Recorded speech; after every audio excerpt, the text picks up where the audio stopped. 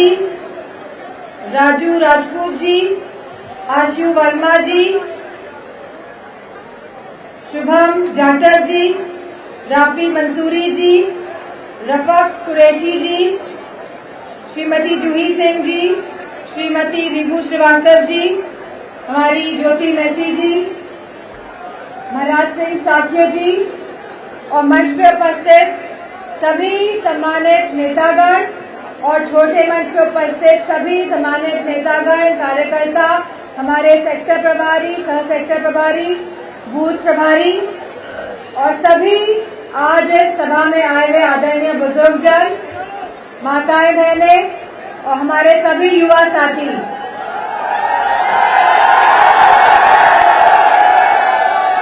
सबसे पहले तो आप सभी का बहुत बहुत आभार कि आज आप सब यहाँ पे आए हैं और आपने सभा को सफल बनाने का जो कार्य किया है, आप सभी को बहुत बहुत धन्यवाद।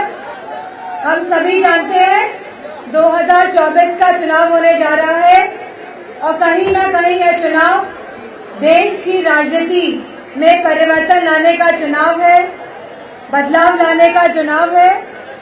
आज जो देश के हालात हैं, हम सभी जानते हैं कि सभी वर्ग, चाहे हमारा युवा वर्ग हो, चाहे हमारा किसान वर्ग हो, चाहे हमारी महिलाएं हो और चाहे हमारा जवान हो, कहीं ना कहीं सभी लोग आज अपने आप को उपेक्षित महसूस कर रहे हैं। जहां युवाओं के पास कोई रोजगार नहीं है, कोई नौकरी नहीं है और नौकरियों का तो हाल हम सभी जान ही रहे हैं कि किस तरह पेपर लीक करा के बार बार उत्तर प्रदेश में नौकरियों को निरस्त कर दिया जाता है और कहीं ना कहीं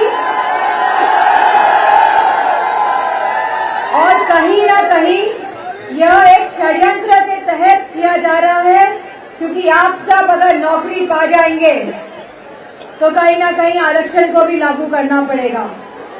तो यह सरकार जो संविधान के खिलाफ है और लगातार जो लोकतंत्र के खिलाफ काम करती रही है, हमने देखा है कि पूरे देश में किस तरह दबाव की राजनीति का प्रयोग हो रहा है। जहां बड़े बड़े मुख्यमंत्रियों को अपने जेल में डालने का काम किया है, वहीं प्रदेश में, जिले में और गांव-गांव तक आप कहीं ना कहीं दबाव की राजनीति का प्रयोग कर रहे हैं। आपने जिस तरह मेयर के चुनाव में पंजाब में धांधली करी, उसी तरह आपने मैनपुरी में भी हमारे मेयर के चुनाव के प्रत्याशी सुमन वर्मा जी को हराया, हमारे अरुण गुप्ता जी को हराया और दीक्षित जी को भी आपने हराया। और यही नहीं, आपने सम्मानजनक व्यवहार भी नहीं किया हमारे प्रत्याशियों के साथ। तो कहीं ना कहीं जहां आपने वोट की लूट करी, वहीं कहीं ना कहीं जहां आप सबने वोट की लूट करी और अपने लोगों को जिताने का जो काम किया है, तो कहीं ना कहीं ये लोकतंत्र की हत्या भी है, क्योंकि लोकतंत्र में हम सबको अधिकार है कि हम अपने प्रतिनिधि को चुनें। लेकिन आपने जो कार्य किया है और जो आप कार्य कर रहे हैं, जो दबाव की राजनीति का प्रयोग आप सभी समाज और सभी वर्गों पे कर रहे हैं, कहीं ना कहीं यह दबाव की राजनीति को खत्म करने का भी अवसर हम सबके हाथों में है। और मुझे पूरा विश्वास है कि सभी समाज, सभी वर्ग इस बार एक साथ आएंगे और ऐसी सरकार को हटाएंगे जो कहीं ना कहीं लोकतंत्र और संविधान की हत्या कर रही है। अब सवाल, आज हमें राशन के नाम पे क्या मिल रहा है? अगर हम देखेंगे तो आज खाली ये लोग राशन के नाम पे बाजरा दे रहे हैं। और अगर हम 10 साल पहले का आकलन करेंगे तो हम सबको यह महसूस होगा कि आज से 10 साल पहले जहां चावल, आटा, मिट्टी का तेल और चीनी भी मिलती थी, आज केवल आज हमें केवल बाजरा मिल रहा है, तो ये लोग वो लोग हैं जिन्होंने आपके राशन में भी भ्रष्टाचार किया है और राशन में भी लूट मचाने का काम किया है। और मुझे पूरी उम्मीद है कि यह चुनाव, जहां मैनपुरी का हम सब जीत रहे हैं, लेकिन अब लड़ाई है कि हम कितना वोट बढ़ा ले जाएं, हम बूथ में अपना वोट कैसे पहुंचा ले जाएं। और मुझे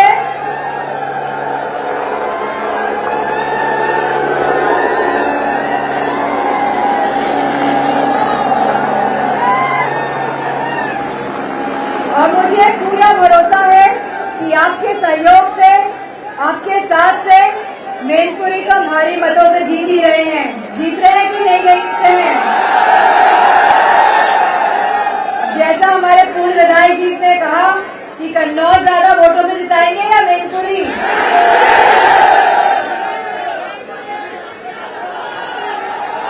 कन्नौज या मैनपुरी? कन्नौज या मैनपुरी? तो मैं कहती हूँ कि अब इसको क्या कहते हैं? त्रिवाचा। त्रिवाचा हो गया कि नहीं हो गया? और बहुत पुरानी कहावत है कि प्राण जाए देश की, लेकिन देश की बहुत पुरानी कहावत है कि प्राण जाए लेकिन वचन। तो मुझे पूरा भरोसा है, जो सहयोग, जो साथ और समर्थन आप सबने समाजवादी पार्टी का करा है और मेरा भी करा है, मैं आपकी को धन्यवाद देती हूँ। और मुझे पूरा विश्वास है कि आने वाला चुनाव जो बदलाव का चुनाव है, जो कहीं ना कहीं बदलाव के साथ परिवर्तन का चुनाव है और बहुत ही महत्वपूर्ण चुनाव होने जा रहा है, क्योंकि देश का भविष्य और युवाओं का भविष्य इसी चुनाव पे निर्भर करता है। जिस शासन को 10 साल हो गए हैं,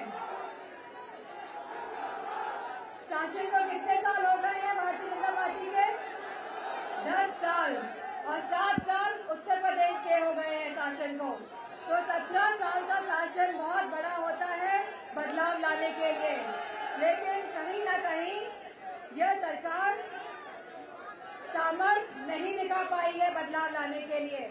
और हमारे युवा, हमारे किसान कहीं ना कहीं मायूस हैं, कहीं ना कहीं आक्रोशित भी है, क्योंकि जो सरकार ने कहा था कि आमदनी हमारे किसान भाइयों की दुगनी कर देंगे, बताइए महंगाई की वजह से आज वो आमदनी आधी रह गई है कि नहीं रह गई है? और बोरी में अब कितना किलो कम मिल रहा है 10 साल के बाद? 10 किलो कम। और अगर आप 5 साल और बढ़ा देंगे तो बताइए 5 साल और 5 किलो और कम हो जाएगा कि नहीं हो जाएगा? तो बोरी में 15 किलो कम तो नहीं करवा देंगे आप लोग? तो मुझे पूरा भरोसा है आप सब लोग अब बूथ की लड़ाई भी जीतेंगे। और मुझे इन्हीं शब्दों के साथ मैं आप सब से बहुत बहुत धन्यवाद और आभार प्रकट करना चाहूंगी, और सभी कार्यकर्ताओं को बहुत बहुत धन्यवाद और आभार। अब मैं, जिनका आप सभी को इंतजार है, समाजवादी पार्टी के राष्ट्रीय अध्यक्ष जी से अनुरोध करूंगा कि मैनपुरी के इन कार्यकर्ताओं को विशेष आशीर्वाद दें और इनका हौसला बढ़ा दें। अखिलेश भैया जिंदाबाद! अखिलेश भैया जिंदाबाद! अखिलेश भैया जिंदाबाद! नेताजी अमर रहे! नेताजी अमर रहे! इस कार्यक्रम की अध्यक्षता कर रहे समाजवादी पार्टी के नेता आदरणीय जय सिंह कश्यप जी, मंच पर उपस्थित आदरणीय कालीचंद प्रोफेसर साहब, आदरणीय बलवीर सिंह दद्दा जी, पार्टी के हमारे वरिष्ठ प्रदेश सचिव महाराज सिंह साकी जी, निखिल कठेरिया जी, मोहम्मद नबी, मनोज गुप्ता, रजनीश मिश्रा, राजकिशोर खटीक जी, रणवीर सिंह प्रधान जी, सुरेश सिंह प्रधान, सुरेश यादव, देवेंद्र ब्लाक, जगवीर सिंह जाटव, सतीश चंद यादव पूर्व ब्लॉक प्रमुख, सतीश यादव पूर्व जिला पंचायत सदस्य, बोर्ड सिंह यादव जी, अमित प्रताप सिंह जी, दलवीर सिंह जी, अमृता गुप्ता, राजू गुप्ता, कमल वर्मा, आशु वर्मा, शुभम जाटव, रफी मंसूरी साहब, रैफ कुरैशी जी, और यहाँ से पूर्व सांसद तेज प्रताप जी, समाजवादी पार्टी के हमारे सभी नेता जो मंच पे हैं, जो दूसरे मंच पे हमें दिखाई दे रहे हैं, सभी हमारे कार्यकर्ता नेता साथी, इस चुनावी जनसभा में उपस्थित आदरणीय बुजुर्ग, किसान भाई, नौजवान साथी, माताओं बहनों, पत्रकार बंधुओं, मैं सबसे पहले मैनपुरी विधानसभा के हम सभी कार्यकर्ता नेताओं का बहुत बहुत धन्यवाद और आभार प्रकट करना चाहता हूं।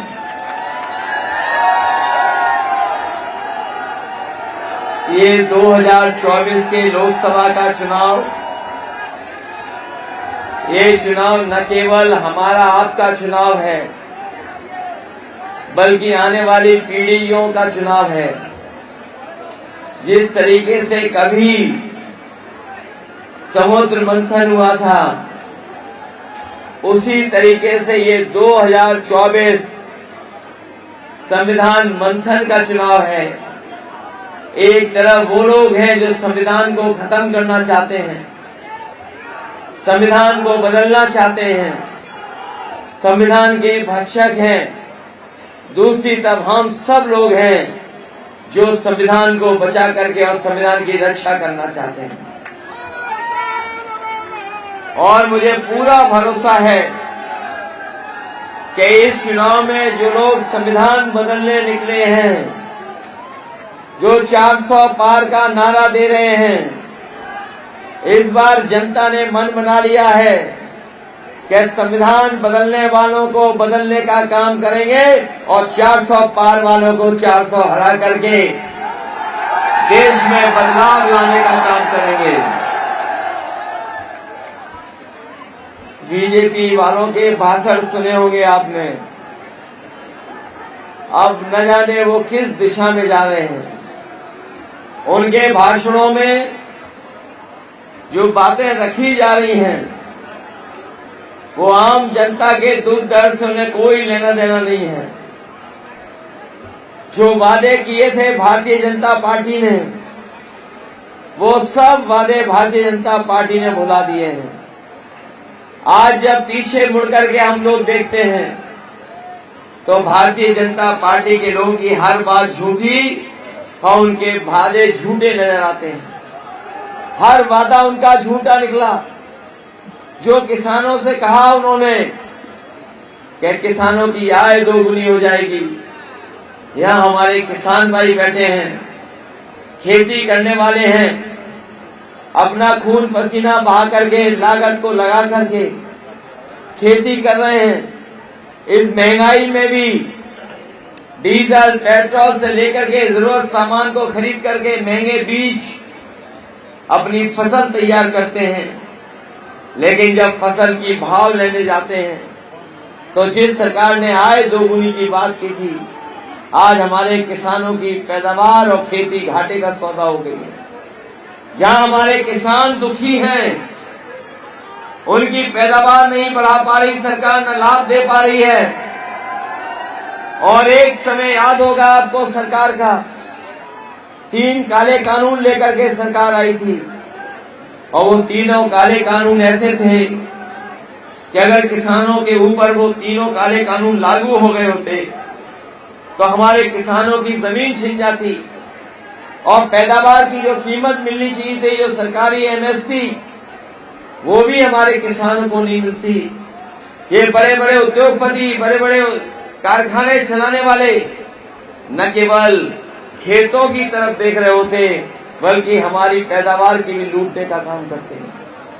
वहां पर किसान उन तीनों कानून के खिलाफ दिल्ली गए और धरने पर बैठे रहे। 2 साल के लगभग किसान वहां पर सरकार के खिलाफ लड़ते रहे। सरकार ने आरसीसी की दीवारें बनवा दी, सड़कों पर कीलें लगवा दी, डीजल अगर किसान अपने ट्रैक्टर के लिए खरीदने जाता था तो ट्रैक्टर के डीजल नहीं मिलता था, लेकिन किसान पीछे नहीं हटे, वो धरने पे बैठे। 1000 के लगभग किसान आत्महत्या और शहीद हो गया, लेकिन किसान नहीं हटे। जब काले कानून हटे तभी जाकर के हमारे किसान वापस आए। हम उन किसानों को बधाई देते हैं जो सालों साल दिल्ली बैठ करके इनके तीनों काले कानून के खिलाफ लड़ते रहे। इस सरकार ने बड़े बड़े उद्योगपतियों का 16 लाख करोड़ कर्ज माफ कर दिया, और जब बैंकों का कर्ज ये माफ कर रहे थे तो इन्होंने फैसला लिया कि जिनका 5 करोड़ से ज्यादा कर्ज है उनका कर्ज माफ होगा।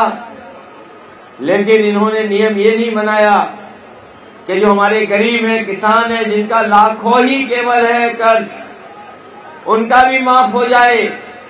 लेकिन नियम जो बना था उसके कारण बड़े बड़े उद्योगपतियों का 16 लाख करोड़ कर्ज माफ कर दिया, लेकिन हमारे किसानों का लाखों कर्ज माफ नहीं किया। हम अपने किसान भाइयों को भरोसा दिला के जा रहे हैं। समाजवादी पार्टी और इंडिया गठबंधन ने तय किया है कि आने वाले समय में दिल्ली में सरकार बनेगी तो उद्योगपतियों का जो कर्ज माफ हुआ है उसी तरह अपने किसानों का भी कर्ज माफ होगा। न केवल कर्ज माफ किया जाएगा, बल्कि किसानों की जो लड़ाई है बहुत पुरानी कि उन्हें एमएसपी के लिए कानूनी अधिकार मिले, कानूनी अधिकार दिलाने का काम भी किसानों को करेंगे, जिनसे उनको हर फसल की एमएसपी मिल सके, जिससे हमारा किसान खुशहाल हो जाए। ये जो विकसित भारत यात्रा चला रहे हैं, ये जो विकसित भारत की बात कर रहे हैं, जब तक हमारा किसान खुशहाल नहीं होगा तब तक हमारा भारत कभी विकसित नहीं हो सकता है। जहां किसान दुखी हैं, वहीं हमारे नौजवान जानते होंगे, इन्होंने कोचिंग की, तैयारी की, रात रात पढ़ाई की, लेकिन जब परीक्षा देने गए पेपर लीक हो गया, जो परीक्षाएं रद्द हो गई, घर लौट के आ गए नौजवान, लेकिन नौकरी नहीं मिली। इस सरकार में नौजवान जानते होंगे कि एक पेपर लीक नहीं हुआ है, 2, 3, 4 पेपर लीक नहीं हुए हैं। 10 से ज्यादा जितनी परीक्षा हुई सबके पेपर लीक हो गए। बताओ, जो सरकार हमें और आपको बुलडोजर दिखा करके डरा रही है, जो सरकार हमें आपको बुलडोजर दिखा के डरा रही है, वो अपना लीकेज नहीं रोक पा रही है। बताओ, पेपर लीक हुए कि नहीं हुए नौजवानों? और न केवल पेपर लीक हुए हैं, बल्कि हम जानते हैं मैनपुरी वो जिला है जिसमें सबसे ज्यादा फौज में नौजवान भर्ती होने जाता था। दिन रात खेत और सड़क पर दौड़ करके तैयारी करता था। फौज की भर्ती कम कर दी, संख्या कम कर दी, और 4 साल की अग्निवीर नौकरी ले आए। हमारे तमाम किसान भाई जानते होंगे, कभी नेताजी ने फैसला लिया था कि अगर सीमा पर कोई भी जवान शहीद होगा तो उसको पूरा सम्मान दे करके उसके घर परिवार को आखिरी दर्शन करने का भी मौका मिलेगा। वो सम्मान अगर किसी ने दिलाया था तो नेताजी ने दिलाया था। लेकिन हमें दुख है इस बात का कि अग्निवीर अगर कहीं शहीद हो जाएगा, न उसका सरकार अंतिम दर्शन के लिए घर ले जाएगी, न उसको कोई सुविधा दे रहे हैं। शहीद होने पर जो सम्मान मिलता है वो भी नहीं देंगे। इसलिए अपने नौजवानों को कह के जा रहे हैं, 4 जून के बाद जो नई सरकार बनेगी जिसमें समाजवादी लोग शामिल होंगे, पहले ही दिन अग्निवीर व्यवस्था को खत्म करके पुरानी नौकरी जैसे थी फौज की पक्की नौकरी, पक्की वर्दी, वही हम अपने नौजवानों के लिए करेंगे।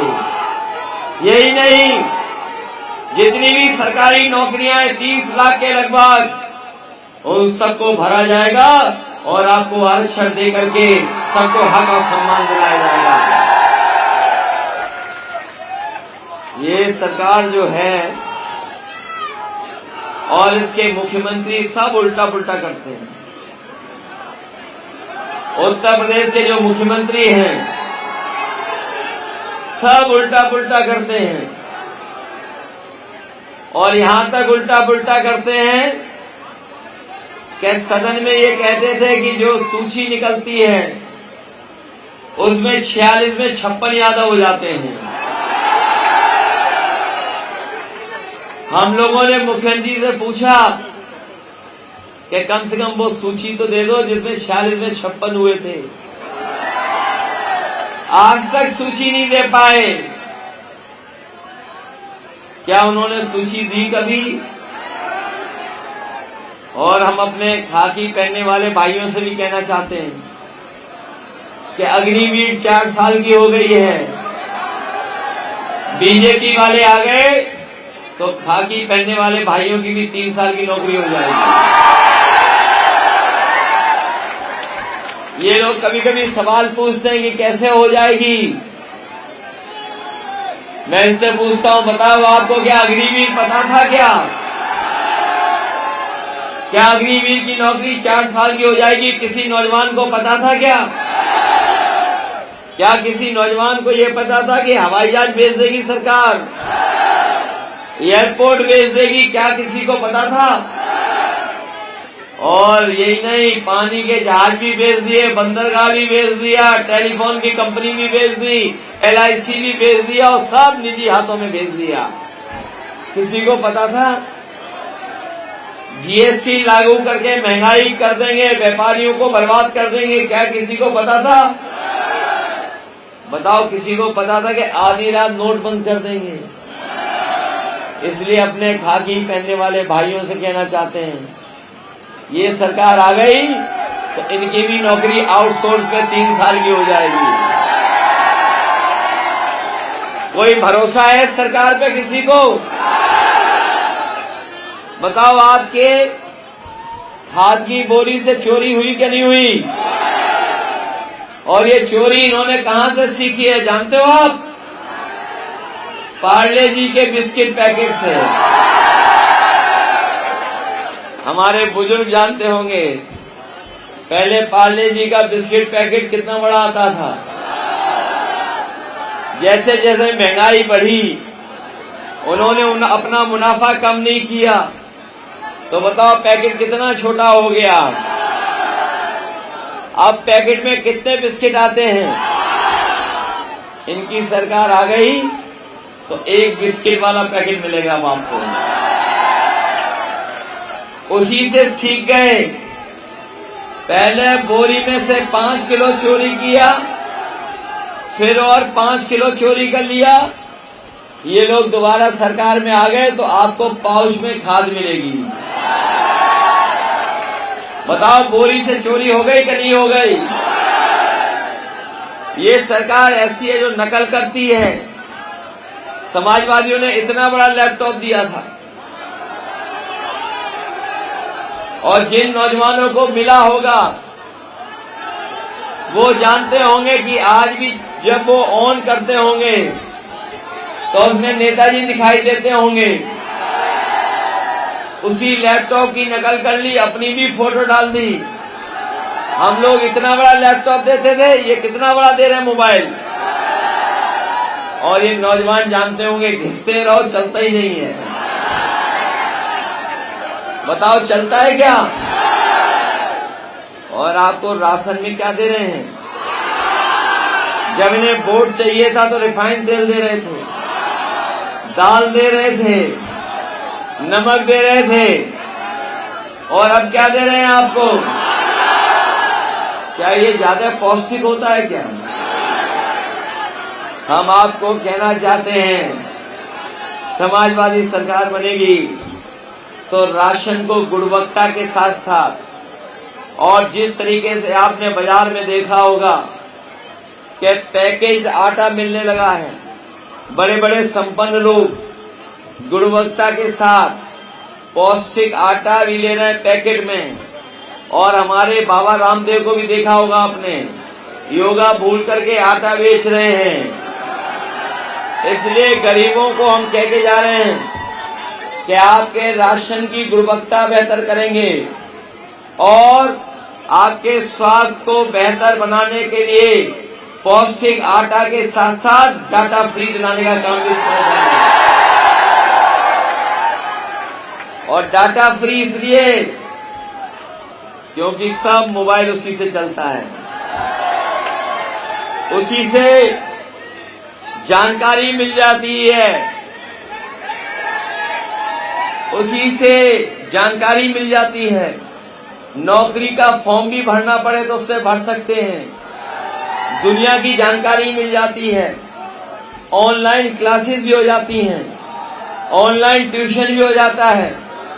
और आपको याद होगा जिस समय कोरोना था, गरीब परिवार के बच्चों का 1 साल 2 साल खराब हो गया, लेकिन संपन्न लोगों के पास अच्छा मोबाइल था, लैपटॉप था, डाटा था, इसलिए उनके किसी बच्चे का साल नहीं खराब हुआ। हम अपने गरीब परिवार के लोग कह के जा रहे हैं, समाजवादियों ने जो व्यवस्था बनाई थी उस व्यवस्था के साथ साथ लैपटॉप के साथ साथ डाटा फ्री दिलाने का काम भी करेंगे। हम लोगों ने, समाजवादियों ने पेंशन देने का काम शुरू किया था, समाजवादी पेंशन। इस बार इंडिया गठबंधन ने तय किया है कि हमारे गरीब परिवार की माताएं बहनें हैं, वो आर्थिक रूप से बहुत कमजोर हो जाती हैं, घर परिवार वो ही चलाती हैं, इसलिए खजाने का कितना भी पैसा खर्च हो जाए, अपनी माताओं बहनों को लखपति बनाने का 1 लाख की पेंशन साल की देने का काम आपके इंडिया गठबंधन सरकार में होगा। ये नौजवान लोग जानते होंगे, बीजेपी वाले अब हम लोग की जान के भी पीछे पड़े हुए हैं। जब वैक्सीन लगने का समय आया, सबके वैक्सीन लगवा दी कि नहीं लगवा दी? हमारे जैसे एक आध बचे होंगे। हमने तो कहा था वैक्सीन मत लगवाओ, लेकिन बीजेपी ने कहा लगाओ वैक्सीन। बताओ लगा दी वैक्सीन कि नहीं लगा दी सबके? और अब वैक्सीन के बारे में क्या खबर आ गई कि आपको खून की बीमारी और हार्ट अटैक भी होने की संभावनाएं बढ़ गई। इसलिए हम सरकार से कहना चाहते हैं इस मौके पर, जब आपने फ्री वैक्सीन लगवाई है तो हमारे गरीबों की फ्री जांच हो, फ्री ईसीजी हो, जिससे किसी का हार्ट गड़बड़ाए नहीं, उसको इलाज पहले ही मिल जाए। केवल इन्होंने वैक्सीन नहीं लगवाई, जिस कंपनी से वैक्सीन लगवाई उससे इन्होंने पैसा भी वसूल लिया। बताओ पैसा वसूला कि नहीं वसूला? इलेक्ट्रॉल बॉन्ड, चंदा वसूली की इन्होंने, पैसा वसूली की। 1000 करोड़ से लेकर के कई सौ करोड़ इन्होंने पैसे वसूल लिए, और उसका परिणाम यह कि आज हमें आपको महंगाई का सामना करना पड़ रहा है। आपके बुखार की गोली याद करो, दवाई जो आपके दवाई का पट्टा आता था, बताओ दवाई भी महंगी हो गई कि नहीं हो गई? बुखार की दवाई तो हुई है महंगी, पेट दर्द की दवाई तक महंगी कर दी इन्होंने। आप पता करो बाजार में 2014 में दवाई की कीमतें क्या थी और आज कीमत क्या है दवाइयों की। खाने पीने का सामान तो अलग है, लेकिन बताओ दवाइयां महंगी हो गई कि नहीं हो गई? दिल्ली वाले मुख्यमंत्री पे जो आरोप है वो दवाई की कंपनी का आरोप लगाया झूठा। क्या बीजेपी ने नहीं उनसे चंदा लिया? जो कहते थे न खाएंगे न खाने दें, और ऐसा खाया कि डकार भी नहीं आ रही है उन्हें। बताओ, खाने के बाद डकार आई बीजेपी वालों को? इसलिए सावधान रहोगे कि नहीं रहोगे? सावधान। ये बुलडोजरों से तो नहीं घबरा जाओगे? ये बुलडोजर इसलिए दिखा रहे हैं कि ये सरकार बनी रहेगी तो जमीन कब्जा करेंगे। हमने सुना है पूरे मैनपुरी में और खासकर शहर में सबसे ज्यादा जमीनों का धंधा और कब्जा करने का काम अगर किसी ने किया तो बीजेपी ने किया है। इन्होंने दुख तकलीफ परेशानी दी है। ये लोग अच्छे दिन तो नहीं ला पाए, लेकिन समाजवादी लोग इनकी जमानत जब्त करके खुशियों के दिन लाने का काम करेंगे। बताओ, इन्हें हराओगे कि नहीं हराओगे? अब मैं कैसे कह दूं कन्नौज से ज्यादा वोटों से जिता दूं?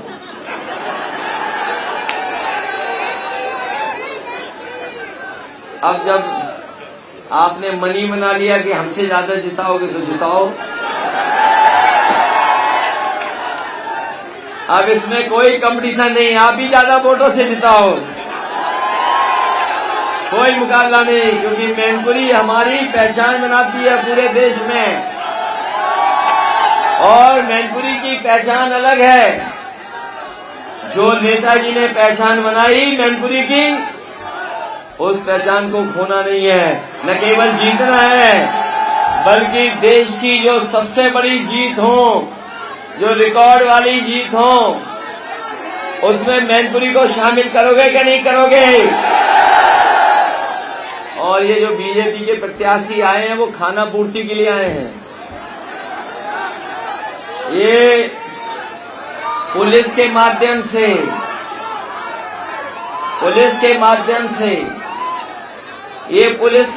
से बीजेपी के लोग दबाव बना रहे हैं। ये प्रशासन के माध्यम से दबाव बना रहे हैं। लेकिन ये खाकी वर्दी वाले समझ लें, पहचान लें कि उनकी 3 साल की नौकरी हो जाएगी, फिर आना हमारे संगी घूमना। 3 साल की नौकरी, और इनको तो जबरदस्ती वैक्सीन लगवाई गई है। जब ये अपना सर्टिफिकेट देखेंगे घर पर और उसमें फोटो दिखाई देगी उसकी, तो बताओ उसको गायब करने के लिए वोट डालेंगे साइकिल पे कि नहीं डालेंगे? ये लोग, इनको तो वैक्सीन जबरदस्ती लगवा दी। पूछ लो, बगल में खड़े हैं। इनसे कहा कि अगर नहीं लगवाई वैक्सीन तो बताओ इनकी नौकरी खतरे में डाल देते। ये जो नई भर्ती की है बीजेपी ने, जिनसे हमें खेत बचाने पड़ रहे हैं, ये खेत बचाने पड़ रहे हैं, और सड़कों पे भी वो ट्रैफिक का इंतजाम देख रहे हैं। हम आपको मैनपुरी वालों को भरोसा दिला के जा रहे हैं, जैसे समाजवादियों ने मैनपुरी का विकास किया है वैसा ही विकास करेंगे। और ये जो बिजली का कारखाना देखा होगा आपने, एटा में जो लगाया है, बड़ा बड़ा चिमनी वाला, समाजवादियों ने लगाया, इसलिए चालू नहीं किया। इसको भी चालू कराएंगे जिससे आपकी बिजली सस्ती हो जाए। और जो एम्बुलेंस से लेकर के और व्यवस्था बनाई थी, स्वास्थ्य को लेकर के, पढ़ाई और नौकरी को लेकर के, हम लोग आपके जीवन में बदलाव लाने का काम करेंगे। मुझे खुशी है कि मैनपुरी के लोगों ने भी तय कर लिया है कि जिस तरीके से किसनी करहैल जिताने जा रही है, उसी तरीके से भूगांव और मैनपुरी भी ऐतिहासिक वोटों से जिताएगी। इन्होंने कार्यकाल में कुछ नहीं किया। अभी पता लगा है कि बीजेपी की सरकार ने कोई जमीन कब्जा कर ली यहां भी। याद रखना, ये बीजेपी राजनीतिक दल नहीं है, ये राजनीतिक दल नहीं है, ये गैंग है लोगों का जो जमीन कब्जा करता है और लोगों के ऊपर अन्याय करता है। ये राजनीतिक दल नहीं है, ये गैंग है, गैंग। और देश के जितने भी भ्रष्टाचारी हैं और माफिया हैं, उन सबको बीजेपी ने अपनी गोदाम बना करके रख लिया है। इसलिए आप सब लोग मदद करना, क्योंकि ये चुनाव लोकतंत्र को बचाने का है, बाबा साहब भीमराव अम्बेडकर का संविधान बचाने का है। लोकतंत्र बचेगा तो हमारे आपके अधिकार बचेंगे। भाजपा हटेगी तो खुशहाली आएगी, भाजपा हटेगी तो नौकरी मिलेगी, भाजपा हटेगी तो महंगाई कम होगी, और भाजपा हटेगी तो बाबा साहब भीमराव अम्बेडकर जी का संविधान से देश चलने का काम करेगा। ये लोग जो संविधान की बात, जो ये लोग मन की बात कर रहे हैं, हम उनको याद दिलाना चाहते हैं कि आने वाले समय में मन की बात से देश नहीं चलेगा, संविधान की बात से देश चलेगा, संविधान से देश चलेगा। इन्हीं शब्दों के साथ आए हुए हम अपने सभी साथियों का, नौजवानों का, किसान भाइयों का, बुजुर्गों का, उपस्थित सभी कार्यकर्ता नेताओं का मैं धन्यवाद और आभार प्रकट करता हूँ, इस उम्मीद और भरोसे के साथ कि जब आप 7 तारीख को वोट डालेंगे तो भाजपा को 7 समुंदर पार भेज दोगे। बहुत बहुत धन्यवाद।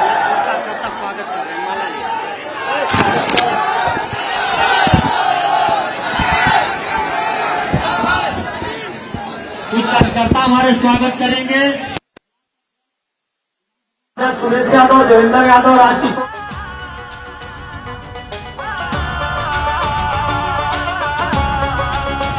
किसी को लालच से जोड़ा, किसी को ईडी ने तोड़ा, मनोबल भारत का था जो वो तानाशाही ने तोड़ा। भारत को हमने जोड़ा है, तुमने तो इसको तोड़ा है। तानाशाह ने देश की कश्ती को मझधार में लाके छोड़ा है। भारत का किसान ये कहता है, सीमा पे जवान ये कहता है। इंडिया को अपना वोट दो, गठबंधन को तुम वोट दो, इस देश की खातिर वोट दो, अखिलेश की खातिर वोट दो।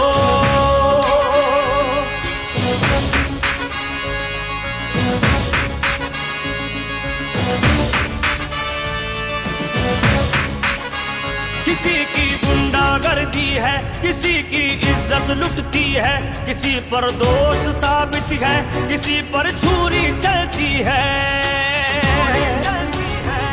जनता ने मिलके खाना